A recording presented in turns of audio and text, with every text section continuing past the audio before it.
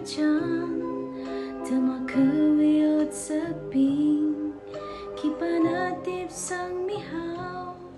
Kamasayaw klungli Shabay ramaji punlu Magkataya ot punchi Marjali manasalala Uglungli tumdaja Charanana malungtwi Mada Uglungcha repenting high Uglungwi kayon sa how Really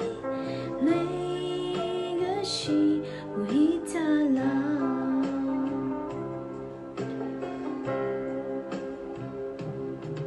Gap ting ting sampang da Lê sha ting ting ma tai mây Người chỉ khờ vai mà lấy mà Tâm chỉ thấy na na ý lý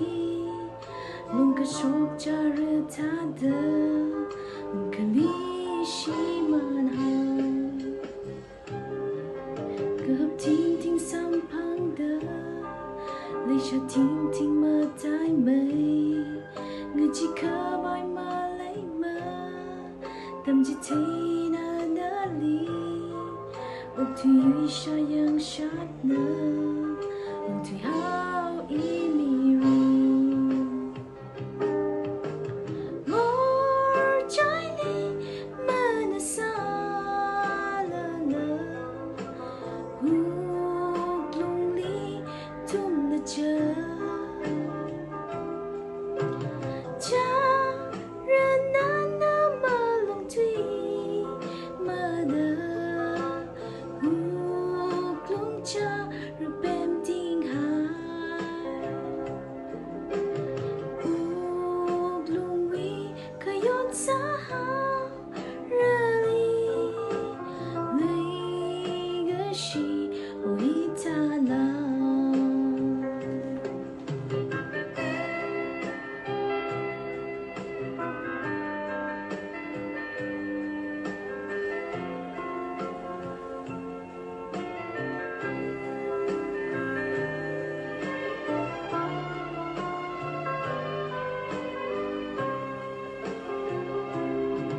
Mamalay na wi zakmay Mamalay na wi kakshon Kamor na wi shong matui Na pay na ya shong karhaw Na chang chi ta palung la Ram kazata ngalanaw More chai manasala Uglungli tumdaja Charanana malungtwi